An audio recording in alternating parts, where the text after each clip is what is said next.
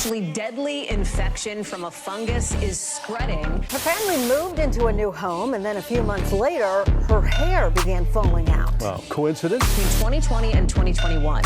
And part of what's so concerning here is that it's not easy to treat. This kind of infection is resistant to most drugs. Toxic mold can grow and spread throughout homes. Left unchecked, it can create a disaster of its own. And her concern was about, I just want to be moved to another apartment. I recommended to her that it's best that she move to another building, or better yet, move away from this landlord. Hello everyone, and welcome to Legally Bound Business and Real Estate Explained. Today we have a special treat for our viewers. We have with us one of Virginia's best mold inspectors, Mr. Tim Wainscott from DMV Mold. Now, Mr. Wainscott's list of accomplishments are varied and many, but I'll go through some of them before we start today. All right, so Mr. Wainscott is certified with the ACAC and with the NAMP. He also has an associate's degree in general science, and Mr. Wainscott has also testified in multiple toxic mold cases. Mr. Wainscott, thank you so much for coming to our show. So, Mr. Wainscott, I had a friend who was a lawyer who says to me that, you know what, mold is ubiquitous. It's everywhere. So why should I be concerned? What would you say to that friend of mine? Well, mold is everywhere, but where you want to be concerned is if the mold levels inside are higher than the outdoor air, or if there's toxic mold.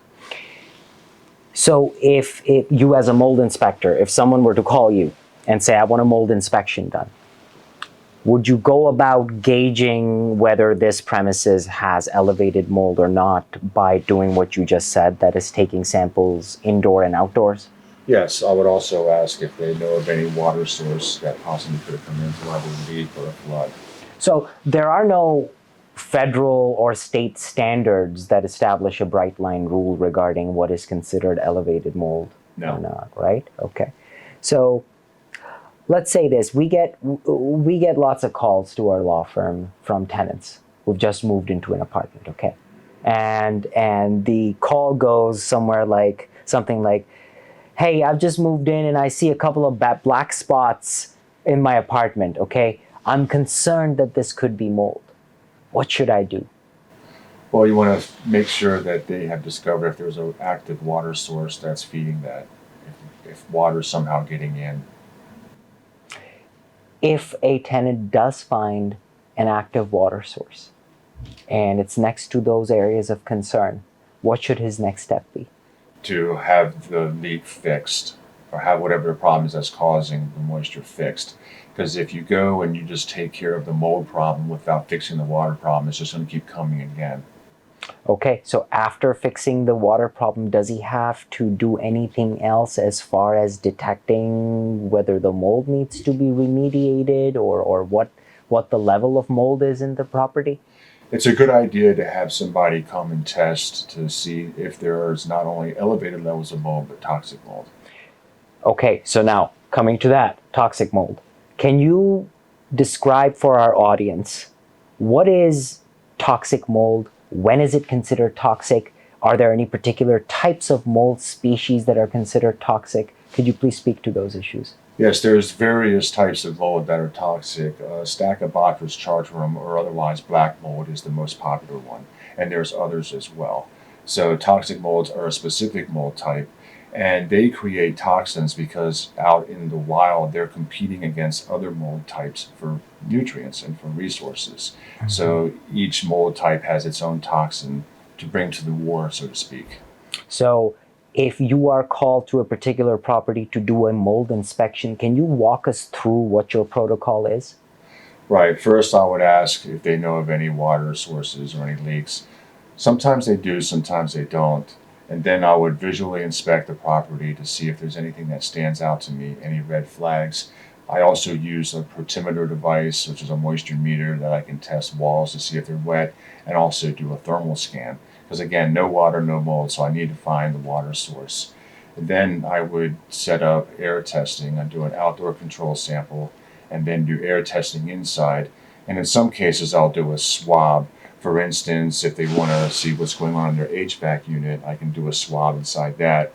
Or if they see some discoloration on a wall and they want to know exactly what is that, then I can swab that or do a tape lift and send it to the lab. Now, generally, you rely on air sampling when it comes to mold inspections. I also do rely on swab and tape sampling too. It depends on the particular case. Okay, and when you send your sample to the lab, is this a lab that is in your company, or is this a third-party lab? Can you speak to that? Yes, it's a third-party lab, so they don't know anything except for what I send them. They have no skin in the game. They're just doing their job. And then they analyze the reports and they send it back to you? Correct. Okay. Now, if in any particular property you discover stachybotrys or black mold, as you said, okay, what kind of precautions can a tenant take until the mold is successfully cleared or remediated? Well, it depends. Like, you may be able to eat a lot of peanuts and be fine. I can eat one and I go can to eat a lot of hospital. peanuts. Yeah. So it depends on people's level of tolerance for mold. Some people, like 20% of the population, have allergies to mold. And out of that 20%, there's a small subset that if they get in a room with it, they can literally shut down and need to be sent to the hospital. So everybody needs to be careful, but some need to be more careful than others. Speaking of how careful you need to be, what can you tell us about the effects of mold on people's pets, if any? You know, I don't know too much about the pets, but I do know that I've had clients that have said that their pets have been affected by mold and they're seeing a veterinarian for it. Okay. And what about the effects of how can personal property that has been contaminated by mold be taken care of? Is there a particular protocol for cleaning that particular property? Right. Sometimes clients will ask the mold remediation company to help with that. Like clothes can be washed in hot borax. Hard items such as kids' toys, which are mostly made of plastic, can be wiped down with antimicrobials such as Lysol.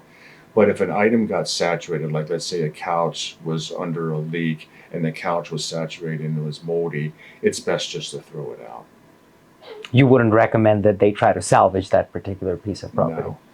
Once it's wet and moldy and it's a porous substance, I'd say just get rid of it. Because let's say that if a tenant does take that wet, moldy couch to a new apartment, chances are that mold could start growing in that new place, right? Right, and it's going to release spores into the air, and if there's an opportunity for water, then they could start to grow again. Okay, so now coming back to the mold inspection that you talked about, okay? Once you do your mold inspection and that reveals that the mold levels are elevated in any particular property, what are the next steps that you recommend to a tenant as to what they should do? Sometimes the mold levels can be slight, and it's going to be like non-toxic type of mold or the allergenic type. Sometimes you can clean it yourself. For instance, under a sink, if there's a little spot there and I get a swab and it comes back to be a bit heavy, I can teach the client how to clean it themselves. But if it's toxic mold, I always recommend a remediation company. Okay. Now, can a mold inspector also be a mold remediator? Well, I'm also trained in mold remediation just so I can know what to do and what I'm talking about. But in the mold industry, it's considered unethical to both test and remediate, for there's a clear conflict of interest. And in DC, which has licensing in the DMV area, it's prohibited. So, and Virginia does not have any mold licensing requirements, right? They do not. So, does this license, if you're doing a job in DC, do you actually have to present this license to a homeowner or to the location where you're going to go test? Oftentimes they go to the DOEE website for the district and they'll find a mold inspector through that. But if anybody ever asks me, I actually have my license in the form of a credit card provided by DC, and I carry it with me at all times. Interesting. And your company is DMV Mold, correct? That is correct. Okay. And you serve DC and Virginia and any other areas that you serve? Maryland as well. Yes. And does Maryland have any licensing requirements? No, not for mold. Okay. Now, Mr. Wainscott, you've testified as an expert witness before in many cases, right? Can you tell us the most horrible mold story that you've come across in your career? And I'm sure you've done many mold inspections and you've testified in many cases. What's the worst story that you've ever seen? There's a couple that I went to. One was an apartment building with a young mother and her toddler child, and she was concerned about mold in the apartment. And when I went in, I could tell that there was a lot of moisture coming in from a flat roof that wasn't water sealed. And the mold was coming out so heavy, it was later identified as black mold. It was so thick, and her concern was about, I just want to be moved to another apartment. And I recommended to her that it's best that she move to another building, or better yet, move away from this landlord. Yeah, because that's usually, what are some of the long-term effects of, let's say, prolonged mold exposure that you've seen in your career? That people can have, like, fogginess in the brain, itching, difficulty breathing, itchy eyes, and actually there's something called CIRS, which is chronic inflammation response syndrome. It can just create this whole sickness level in their body that they really don't know where it's coming from. It takes a while sometimes to find out that it's a mold issue. And are these some of the most commonly associated symptoms that you see from people who've been exposed to mold? I've seen people have told me all kinds of symptoms. It just runs the whole gamut. What are some of the most common ones that you've seen across most of your cases? Difficulty concentrating, breathing, sleeping, lack of energy, fatigue,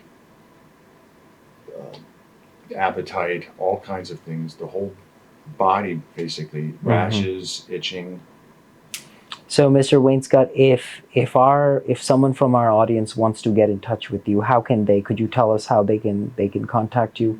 Your phone number, website? Yes, my website is dmvmold.com, and my telephone number is 301-379-1715, and my email is tim@dmvmold.com. Well, ladies and gentlemen, thank you for watching. See you in the next video. Don't forget to hit that subscribe button and turn on notifications so you'll always be the first to know about our expert legal insights.